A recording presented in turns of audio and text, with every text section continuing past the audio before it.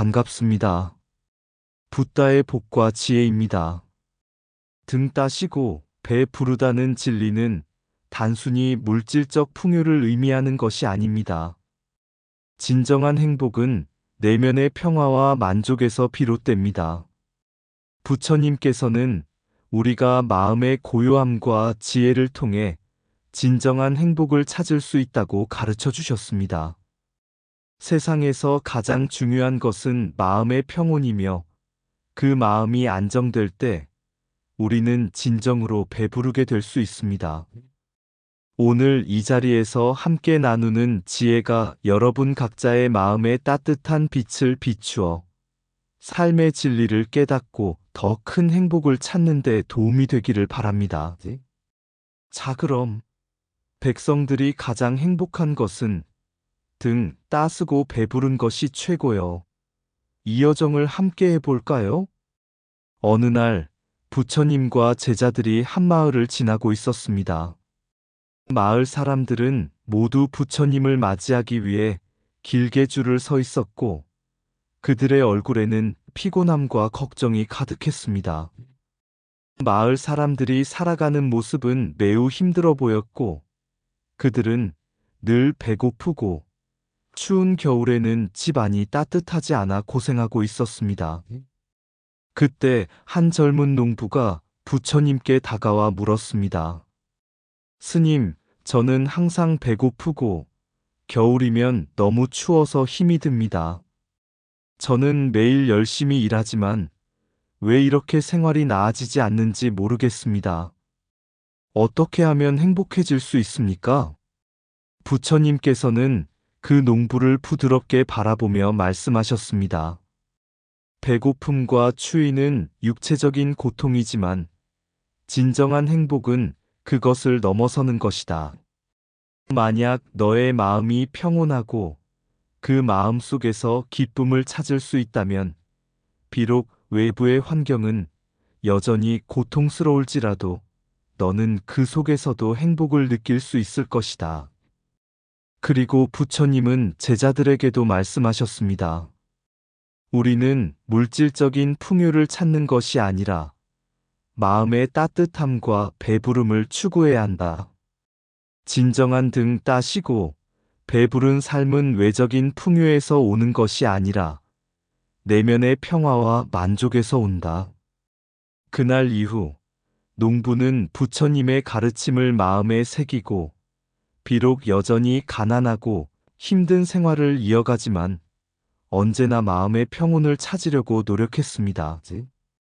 그는 주변의 작은 기쁨을 발견하며 날마다 더 따뜻한 마음을 품게 되었습니다. 이 일화는 등 따시고 배 부르다는 표현이 단지 물질적인 만족을 넘어서 마음의 풍요와 평화를 찾는 중요한 교훈임을 깨닫게 합니다. 부처님께서 가르쳐 주신 진리는 외부의 상황에 상관없이 내면의 마음이 진정한 행복을 이끌어낸다는 사실을 알려줍니다. 고대 사회에서 백성들이 가장 중요하게 여긴 것은 물질적인 안정, 즉 등 따시고 배 부르기라는 개념이었습니다. 당시 대부분의 사람들은 하루하루의 생계를 유지하는 데 힘쓰며 삶의 주요한 목표가 배고픔과 추위에서 벗어나는 것이었습니다.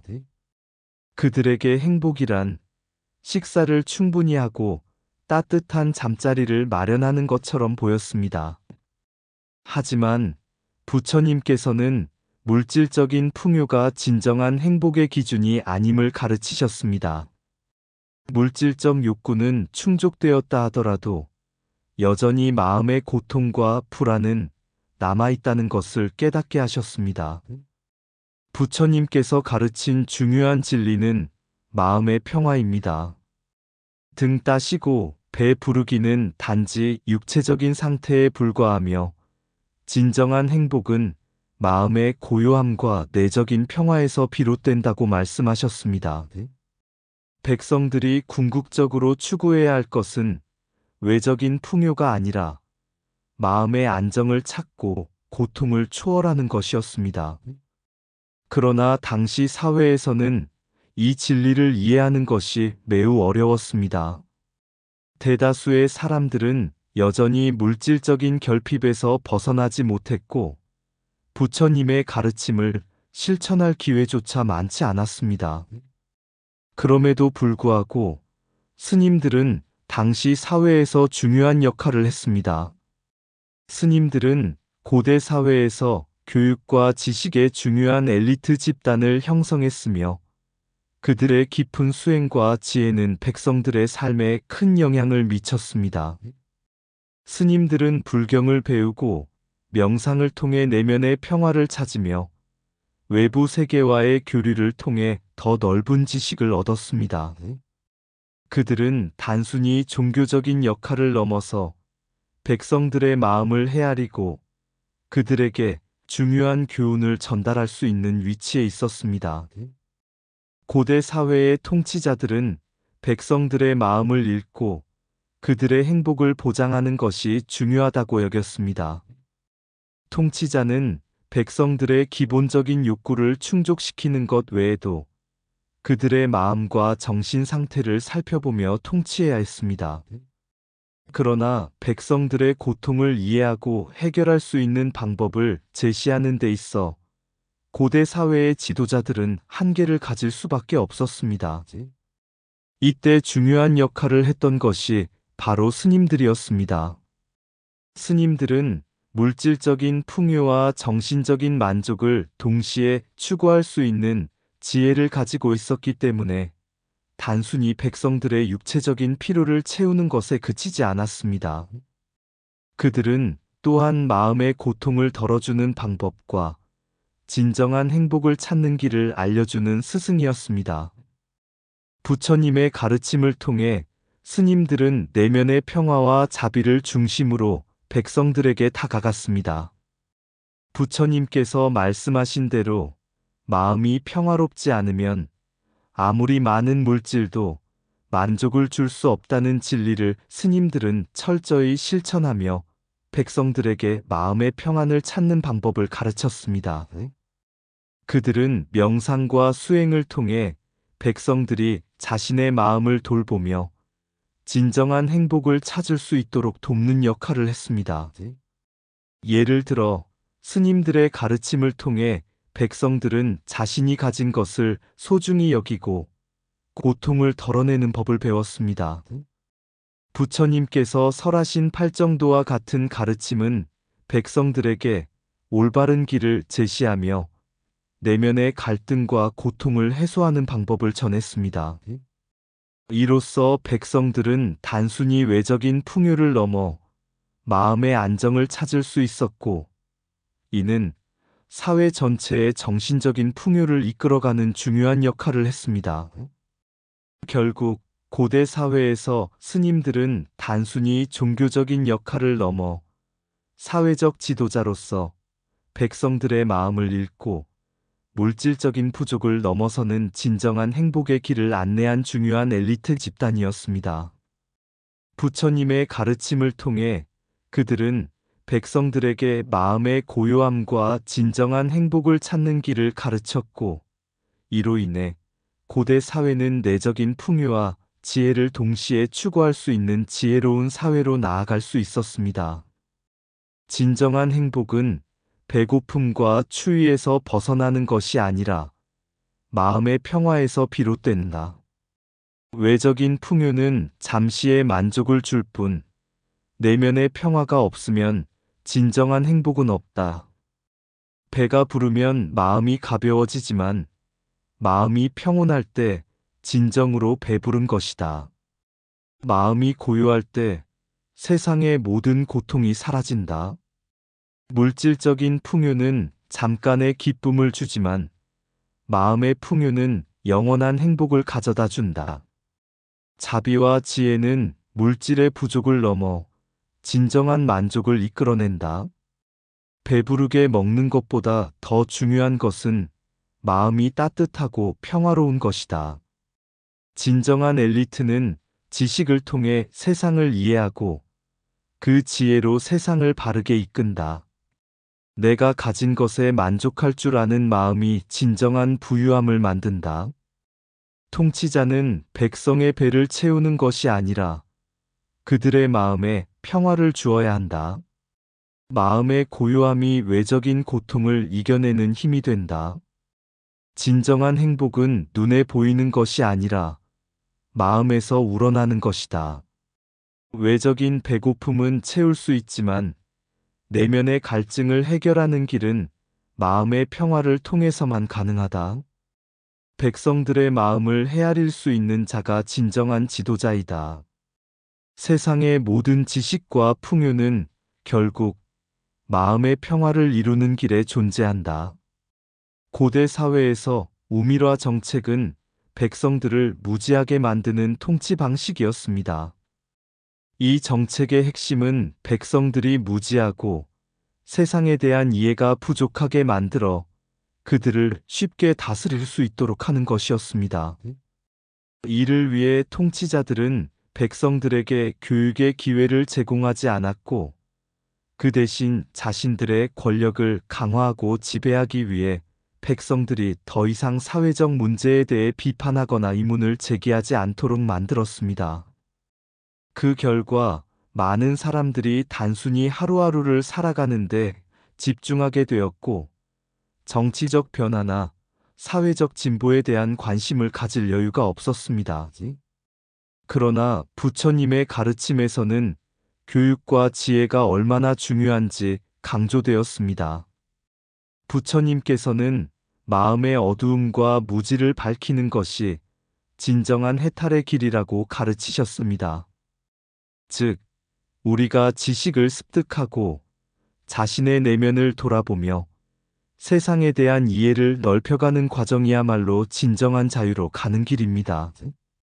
부처님은 모든 사람에게 이 길을 열어주셨고, 깨달음은 특정한 엘리트만의 특권이 아니라 모든 존재가 평등하게 도달할 수 있는 것이다라고 말씀하셨습니다. 고대 사회의 교육의 부재는 백성들이 그들의 삶에서 벗어나지 못하게 했습니다. 대부분의 사람들은 기초적인 교육조차 받지 못했고 자신이 처한 상황을 더 나은 방향으로 변화시킬 방법을 알지 못했습니다. 하지만 특권층은 다른 현실에서 살아가며 그들에게는 교육과 지식이 권력의 도구가 되었습니다.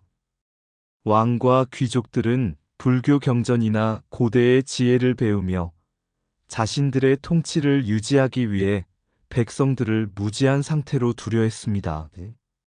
이와 반대로 부처님의 가르침은 모든 사람이 평등하게 교육을 받을 수 있도록 강조했습니다. 그는 모든 존재에게 자비와 지혜를 나누었고 그 누구도 배움의 기회를 놓쳐서는 안 된다고 가르쳤습니다.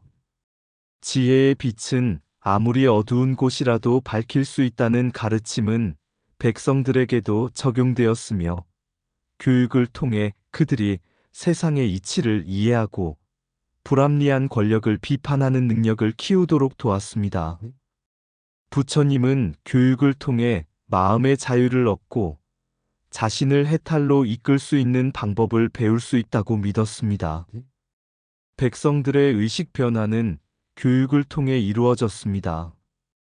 교육을 받게 된 백성들은 이제 자신이 처한 사회적, 정치적 상황을 더 이상 수동적으로 받아들이지 않았습니다. 그들은 세상과 사회에 대한 비판적인 사고를 할 수 있게 되었고, 옳은 것과 그른 것을 구별할 수 있는 능력을 가지게 되었습니다.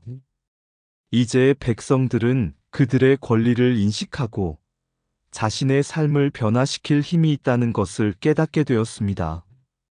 이처럼 교육을 통한 의식 변화는 고대 사회에서 중요한 전환점을 만들어냈습니다. 부처님께서는 모든 이에게 교육의 기회를 제공하라고 가르치셨습니다. 교육은 단지 지식을 전달하는 것만이 아니라 사람들의 내면을 변화시키고 그들이 스스로 진리를 깨닫고 세상과 마주할 수 있는 도전과 용기를 가질 수 있도록 하는 중요한 과정입니다. 무지에서 벗어나 지혜를 얻는 것이야말로 진정한 해탈에 이르는 길이기 때문입니다. 이와 같은 교육을 통해 백성들은 자신들의 삶을 변화시키고 왕에게도 비판적인 의견을 제시할 수 있게 되었습니다.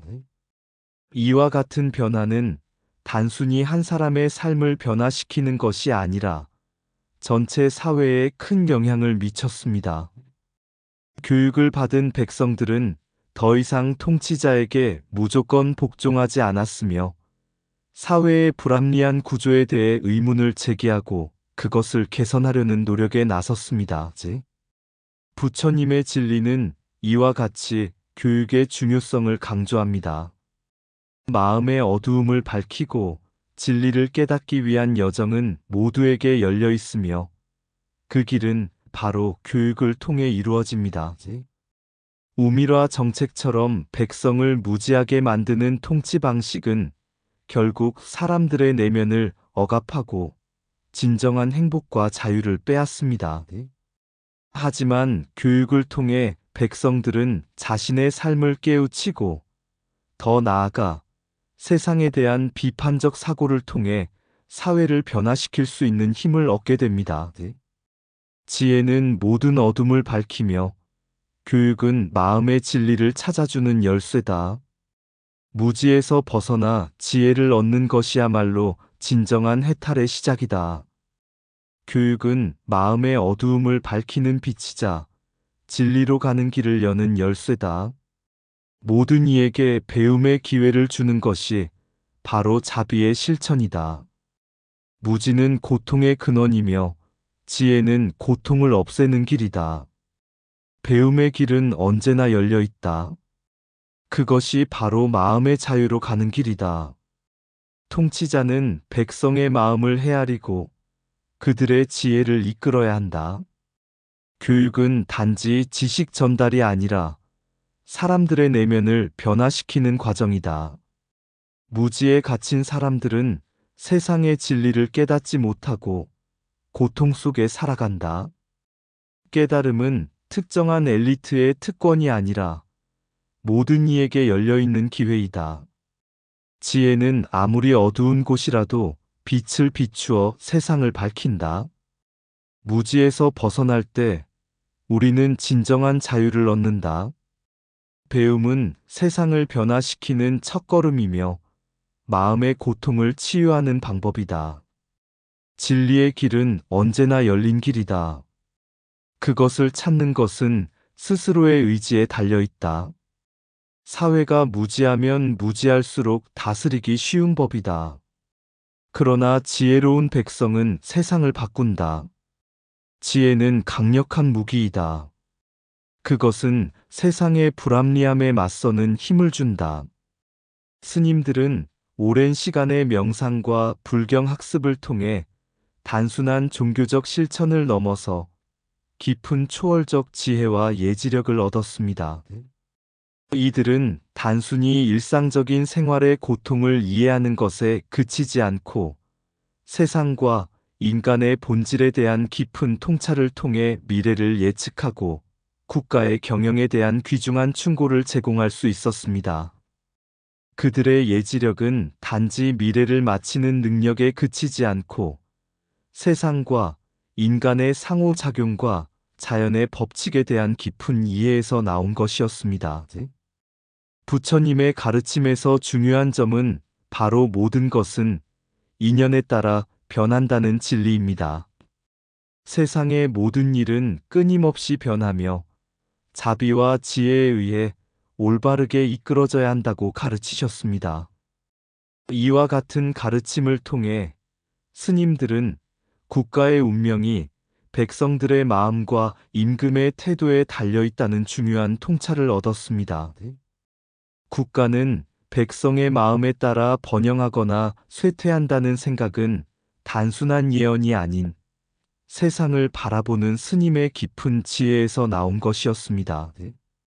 스님들의 예지력은 자연의 순환, 인간 사회의 변화, 그리고 불교의 근본 원리에 대한 깊은 이해를 바탕으로 했습니다. 예를 들어 불경에서 가르친 이념법은 세상의 모든 현상이 단지 우연히 일어나는 것이 아니라 인과 관계에 따라 이루어진다는 진리를 깨닫게 합니다. 이는 국가 경영에도 적용될 수 있었습니다. 스님들은 국가의 번영이 단지 외적 조건이 아니라 백성들의 마음이 어떻게 정화되고 이끌어지는지에 달려있다는 중요한 교훈을 남겼습니다. 국가를 다스리는 자는 백성의 마음을 헤아려야 한다고 말하며 백성들이 올바른 교육을 받고 정확한 지혜를 나누며 자비와 사랑으로 다스려야 한다고 충고했습니다.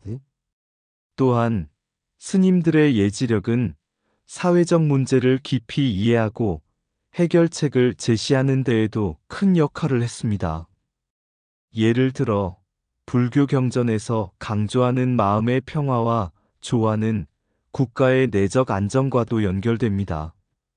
스님들은 국가 통치자의 내면의 평화가 국가의 안정을 가져온다고 믿었습니다. 만약 통치자가 자신의 마음을 다스리지 못한다면 국가도 흔들리게 된다는 것입니다. 부처님께서 말씀하신 마음이 모든 것의 주인이라는 교훈을 통해 스님들은 통치자가 자신의 마음을 먼저 정화하고 백성들에게도 그 마음의 중요성을 일깨워야 한다고 강조했습니다. 부처님의 가르침 중에서 지혜와 자비는 통치자의 무기라는 원리는 스님들의 충고에도 그대로 반영되었습니다. 통치자는 권력에 의존하기보다는 진정으로 백성들을 위해 자비와 지혜로 통치해야 한다고 가르쳤습니다. 예를 들어 스님들이 국가 경영에 대한 충고를 할 때 백성을 사랑하라, 올바른 지혜를 갖추라, 세상의 모든 것은 변함으로 변화를 수용하라는 메시지를 전달했습니다. 이들은 미래를 예측하기보다는 현실에서 중요한 것이 무엇인지 깨달은 자들로서 현재의 행동이 미래를 이끌어간다는 깊은 이해를 바탕으로 조언을 아끼지 않았습니다. 스님들의 지혜는 단지 예지력에 그치지 않고 국가의 장기적인 번영을 위한 구체적인 방법을 제시하기도 했습니다. 그들은 국가가 번영하려면 경제, 교육, 사회 정의와 같은 여러 요소가 조화를 이루어야 한다고 믿었습니다. 또한 백성들의 마음을 다스리는 것이 바로 국가를 다스리는 것이라고 강조했습니다. 정신적 풍요가 물질적 풍요를 이끌어낸다는 교훈은 오늘날에도 여전히 유효한 국가 경영의 중요한 원칙이 될 수 있습니다. 부처님의 가르침을 반영한 예지력과 국가 경영에 대한 충고. 모든 변화는 마음에서 시작된다. 국가도 마찬가지다. 백성들의 마음을 헤아리지 못한 통치는 결국 무너질 것이다.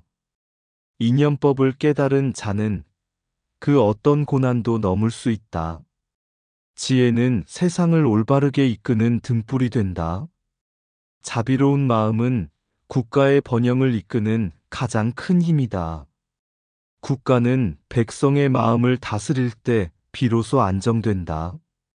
평화로운 마음에서 평화로운 국가가 탄생한다. 미래를 예측하는 자는 지금의 마음을 다스리는 자다. 세상의 모든 일은 인과 법에 따라 이루어진다. 오늘의 행동이 내일을 만든다. 국가 통치자는 자신을 먼저 정화하고 백성들의 마음을 다스려야 한다. 세상의 진리는 눈에 보이지 않는다. 마음으로 깨달아야 한다. 국가의 운명은 백성의 마음에 달려 있다. 자신을 아는 자만이 다른 일을 진정으로 이끌 수 있다. 통치자는 진정한 자비와 지혜로 백성을 이끌어야 한다. 세상은 늘 변한다. 변화를 두려워하지 말고 수용하라. 국가는 백성의 마음에 달려 있다. 마음을 정화하는 것이 모든 통치의 시작이다. 세상의 모든 변화는 마음에서 비롯된다. 마음이 바뀌면 세상도 바뀐다. 진정한 통치는 권력으로 이루어지는 것이 아니라 백성들의 마음을 어루만지는 것이다. 자비로운 마음이 나라를 번영하게 하고 정의로운 마음이 백성을 평안하게 한다. 백성을 이끄는 자는 먼저 자신의 마음을 다스려야 한다. 미래를 예측하는 자는 현재의 마음을 올바르게 정화하는 자이다. 인간의 마음은 세상의 모든 법을 지배한다. 마음이 바뀌면 세상의 운명이 바뀐다. 마음의 평화가 국가의 평화로 이어진다. 내면의 안정이 외부의 조화를 이룬다. 불교의 진리는 세상의 모든 일은 인연과 인과에 의해 결정된다. 올바른 마음으로 인연을 맞이하라. 진정한 지혜는 세상의 진리를 아는 것만이 아니라 그 진리를 삶에 반영하는 것이다. 백성을 이해하려면 먼저 자신의 마음을 살펴야 한다. 자비와 지혜는 하나이며 두 가지는 세상의 모든 문제를 해결하는 열쇠가 된다. 국가는 백성들의 마음에 따라 번영하거나 쇠퇴한다. 그 마음을 돌보는 것이 국가를 이끄는 길이다. 세상의 모든 일이 마음의 인연에 달려 있다. 마음을 잘 다스린다면 모든 일이 올바르게 이루어진다. 변화는 두려운 것이 아니다. 변화는 마음을 바꾸는 기회이다. 한때 한 나라의 왕이 있었습니다. 이 왕은 나라를 잘 다스리기 위해 여러 전략을 구상하였지만 백성들의 마음을 읽고 그들의 행복을 어떻게 이끌어낼지에 대한 해답을 찾지 못했습니다. 하루는 왕이 성스러운 스님을 만나기 위해 사원에 방문했습니다. 그 스님은 깊은 명상과 공부를 통해 지혜를 얻은 인물로 많은 이들에게 존경을 받았습니다. 왕은 스님에게 물었습니다. 스님, 제가 이 나라를 잘 다스리기 위한 지혜를 얻고자 합니다. 백성들이 행복하게 살 수 있도록 이끌 방법이 있을까요? 스님은 잠시 묵묵히 앉아 있었습니다. 그리고 왕에게 말했습니다. 국가는 백성들의 마음에 달려 있습니다. 그 마음을 올바르게 이끌지 않으면 아무리 많은 군대와 재물을 갖추어도 결국 나라를 잘 다스릴 수 없습니다. 왕은 고개를 끄덕이며 질문을 이어갔습니다. 그럼 백성들의 마음을 어떻게 이끌 수 있을까요? 스님은 부처님의 가르침을 떠올리며 대답했습니다. 부처님께서는 마음이 모든 것의 근원이다라고 말씀하셨습니다. 백성들이 행복해지려면 그들의 마음을 평화롭고 자비롭게 해야 합니다.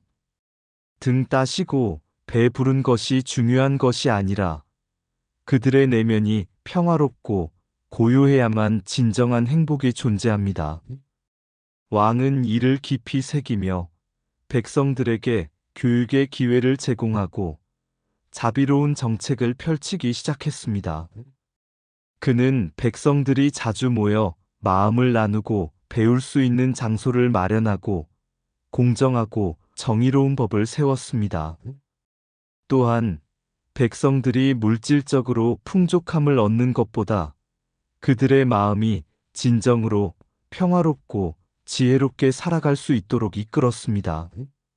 세월이 지나고 그 왕의 나라에는 백성들이 행복하고 평화로운 삶을 살게 되었습니다.